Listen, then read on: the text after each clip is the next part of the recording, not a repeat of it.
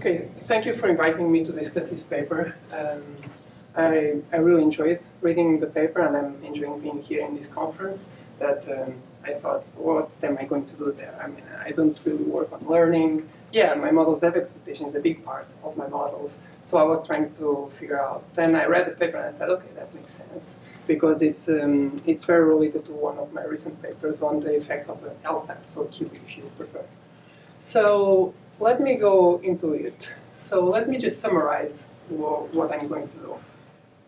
Aside from saying that it's a nice paper, which I like the question they are framing. It's an interesting exercise. I think that there needs a lot of refinement to do about this analysis. So I have questions about the interpretation of some results, questions about some assumptions in the model and in the simulations. But I believe that these are all questions that can be addressed. It's just a matter of modifying some simulations, assumptions. Now compare what the paper does. They compare what I call OP32, which is the operation in 1932, with the quantitative easing one. It's not quantitative easing one, it's one part of it. It's just a part about the treasuries, okay? So I would actually prefer to call it LSAT one, just because that's what I normally refer to that part of the program. What they do is to use two parts of an analysis. One is to study the effect on the yields. So what I would say the empirical finance component of it. And for that they use event studies. Then the second part is what's a little harder, which is to try to estimate the effects on the real economy. And for that, you can do VARs or you can do DSG models. They chose to follow the DSG model, which is a structural model, so you can play a bit with the model assumptions and try to simulate what happens if something changes or if something else changes. Their main findings are that the OP32 lowered the median and long yields substantially, which is similar to what several findings are for the LSAC1. They find that Operation 32 was more effective at boosting output growth than QE1 due to high degree of market segmentation. Okay? So the market segmentation is a key parameter in the model to try to pass from the effects on the yield and the term premium to the real economy. And then the last finding is that if the OP32 were longer and announced, then it would be even more effective. Okay? So what will I do during my discussion? Well, I'll just briefly touch on the 1932 as a natural experiment. Did we learn anything from there in terms of what the Fed has done more recently? Then I'll go briefly over the effects of yield and then spend most of the time on the effects on output growth. Natural experiment. So Ernima already mentioned the similarities and the differences. One thing that I would like to emphasize is that really the key difference between these two programs is the fact that the Operation 32 was not announced. People just found out by looking at the balance sheet, okay? And it was not announced that it would last for X number of quarters. You just need to keep track of it. So it's always a surprise. Well, the QE1 was announced, even though it was a bit bits and pieces. There were a speech, there was the announcement, and there was a clarification about what's really the maximum number of bonds that we will buy, and so on. So, but anyways, there's a big component of announcement there. And then there's another key important part that Ernie actually mentioned in the presentation, which is the extended period that was part of the FOMC statement by then. Okay? Now, was that very strong in 2009? Not hugely so. If you look at the market's expectations about for how long would this low period of low rates last around the time of this program, it was just about 1 or 2 quarters ahead. So later on, when we look at the simulations and we assume 2 years, even though ex post it may have stayed there for that long, ex ante is not obvious to me that that was the right assumption. But I'll get back to that. But so those are key important things. And the extended period is crucial because in my paper, we actually explicitly show that the assumption about not the zero lower bound itself, but the commitment to stay at the zero lower bound is crucial for the effects of the LSAT programs. So did the Fed learn? Well, what this paper tries to say is that the announcement is important. So did the Fed apply that? Well, in QE1, well, there was some announcement, but still bits and pieces. And it was a relatively small program, so maybe we were still testing the waters. Even though it was very different from what had been done, ex post it sounded like it was a fairly small, or at least with small effects. LSAP 2 was a bit more robust in the sense that it was clearly announced, it was for a full year, and there was a forward guidance was by then a lot more established. Okay.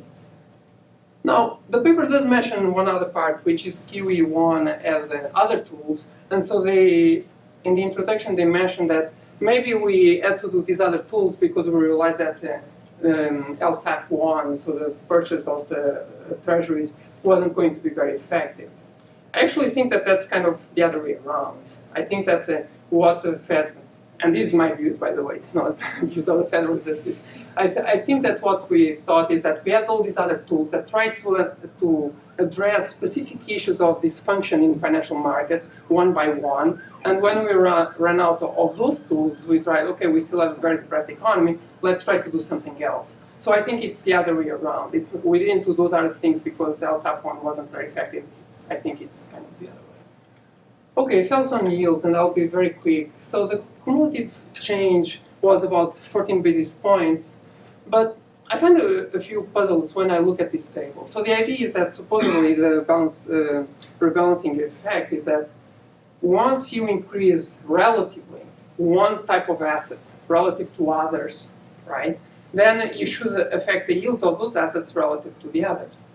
So what we would expect in the here is when we see a big increase in the percentage of notes relative to, let's say, bills, then we should see the long-term yields to fall more, okay? But now let's look at specific episodes. Let's look at the first one. In that period, actually, the amount of bills versus the amount of notes increases by roughly the same amount, and that's the biggest drop in the yields. So this rebalancing effect about the composition doesn't seem to be there, right? Then another one is the period in which there's the biggest increase of notes holdings vis-a-vis other assets is one period in which there's actually an increase in the long-term yields, or in this case, the medium-term yields, okay? So even though the cumulative effect is there and it's negative on the yields, there seems to be a lot of specific information in this table that warrants a lot more discussion so that we are more comfortable with these results. This is just summarizing some of these things. Another thing that is important, especially in advanced studies, that we're just picking dates. So it's really important to try to cover our base and discuss any other announcements or pieces of news that may have affected yields at that time. And so I think that the paper could go a step further in trying to address that, even though I know that maybe information about that might not be readily available. But I would urge you to do that. And then here's just summarizing what information that we've gathered for QE1 and the LSAP 2. So if we look at LSAP 1, Hamilton will find that it's minus 13 basis points, so similar to what they found for OP 32. LSAP 2 was a bigger program, and the estimates are in the range of 33 to 55 basis points. So let's keep that in mind when we think about the size of the programs. And let's go to the real effects, which is really where I think I have a bit more of comparative advantage vis-a-vis the event study. So they use the model similar to the one I did for LSAP 2. It's important that it has market segmentation. Why? You can have all this rebalancing channel, and you might impact the yields, but if there's no pass-through to the real economy, yeah, it was interesting to stimulate loan yields, or in this case to push them down, but so what? Who cares? Okay? So we need something else to pass that to the real economy, and that comes in the form of this market segmentation between short and long bonds. Okay? And then they estimate this model for 1920 Q2 to 1932 Q1. At first look, when I looked at this, it's kind of a small sample. And I don't even know if the data back then was more noisy compared to now or not. So I was a little skeptical when I saw that they were estimating, but then I realized that they are using priors that are very similar to the ones that I used for several of these pyramids, aside from, of course, average growth rate and things like that. And what they find is that for some of these key parameters, they actually find tighter priors than what we found. Okay? So even though it's a small sample, doesn't mean that there's no power in terms of what the data is telling us. Okay? And then what they do is to simulate asset purchase and try to extract some results. Now, what are the benchmark assumptions? Benchmark is that asset purchase lasts only 1 quarter and sold the next quarter right away. Size is 1 billion long-term bonds, and there's a commitment to stay at zero lower bound, so forward guidance for 2 full years. Okay, no matter what happens, we're staying at zero lower bound. Okay. Let me make some initial comments about this. Okay. First, we already mentioned briefly in our anonymous presentation that it's gold standard. So it's a closed economy model, so there's no way we can address whether there's any effects of having a peg or something like that. But I would expect that monetary policy is somewhat constrained because of the gold standard. So using a simple Taylor rule like this, I'm not sure that that's the right way to model it. But again, it's a closed economy model, so I'm not entirely sure how much more you can do with this specific model. Duration of purchase only 1 quarter. The rationale is that they are trying to analyze what that first event, right, the first announcement, because it was always a surprise. So what they are doing is that in the simulation, they are not analyzing OP32, they are analyzing the first part of OP32. So I would have liked to see instead is a simulation in which you have 2 quarters of stimulus, but in each quarter it's always a surprise. So even though that's what the Fed ended up doing, but it was always a surprise, it wasn't announced. Okay, that would be what I think was OP32. Okay. And that's feasible with the tools that you have. Now the commitment to 2 years of forward guidance, that's just too much. And that's really powerful in a model that is under rational expectation and very forward looking, okay? And the argument that ex post we saw it for 8 quarters, I mean, if we apply that to the current event, we would have thought that in 2008, we expected to set a zero bound for what, 3, 4, 5 years, and that wasn't the case. In 2008, people expected to exit the zero bound in 1 quarter, and then it only very gradually increased to 3, 4 quarters, and now a bit more. Okay, so the ex post argument it doesn't convince me too much. And another thing is the commitment to the zero lower bound, saying it's a forward guidance, versus imposing the zero lower bound. And what we see in the simulations is that they do not impose a zero lower bound. So once you leave, they actually allow the Fed funds, or in the case the short-run rate, to actually go below 0. Okay, so that actually shows results that are more optimistic in terms of output growth than what they would have been if you had imposed a zero lower bound. Now let me address a little bit the estimates. So the first term is the parameter that controls essentially the pass-through of the portfolio rebalancing channel. Okay, the zeta prime. And what they find is similar results to the ones I found for the sample of 87 to 2009. So it's similar, and it gives an impact on the spreads of these programs, roughly a little bit below what the event studies suggest, but nothing too crazy. The degree of market segmentation, the omega u, so the bigger it is, the less market segmentation there is. Okay. What they find is a mean of 0.76, which is actually relatively close to the prior mean. What we find in our paper with exactly the same prior, but for a different sample, is that the mean actually was 0.93. So very little market segmentation at that time. More importantly, if you look at the posteriors, they are almost completely separated. Just 1 bit. Okay, so that matters a lot. So that would give a boost to the effects of these kind of programs. Okay, but then let's look at this part that wasn't mentioned, and it's important, which is the sigmas, the CRA coefficients. Okay, they are estimated to be half as big as the ones that we found in the later sample. That means that the response of consumption and the real activity in general to interest rates in general is a lot weaker. Okay. At the same time, they find stronger habits. Okay, so this combination of parameters would suggest that maybe the effects would be a little weaker. So we have 2 forces here when we are comparing the 2 sample periods. Okay, so what they find, well, this is what Ernim already showed. They find about 0.06 here I'm showing the results I found for LSAT2. Again, it's twice as big a program and it was fully announced, okay? So what we found is about 0.12, 0.13 at the median, okay?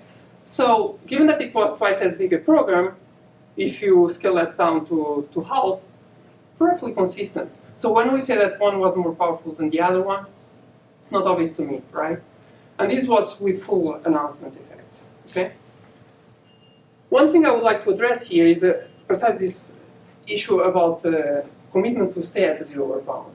And so in this other picture, I'm showing what we did with our model, which is in the baseline simulation in blue here, we assumed 4 quarters of commitment to the zero bound, which was consistent with market expectations at the time of LSAT2, okay?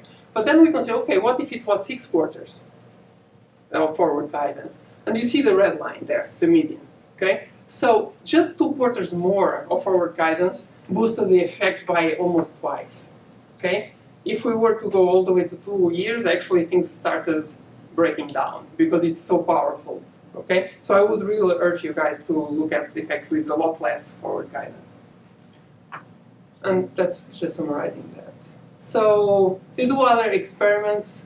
The second experiment they do, it's essentially twice as big a program, okay? So again, instead of twice as big, I would like to isolate that effect of the announcement, which is the same size, but always a surprise versus not, okay? So that would be really nailing down the effects of announcement, okay? And let me just summing up with leaving what is needed. I think there's a good description of the programs. They do find the effects on the yields, but I have some questions about the event studies when you look at the table. I described a bunch of comments and suggestions on to modify the simulations for the real effects so that you get something that is a bit closer to what the actual operations were and to learn more about them. Thank you.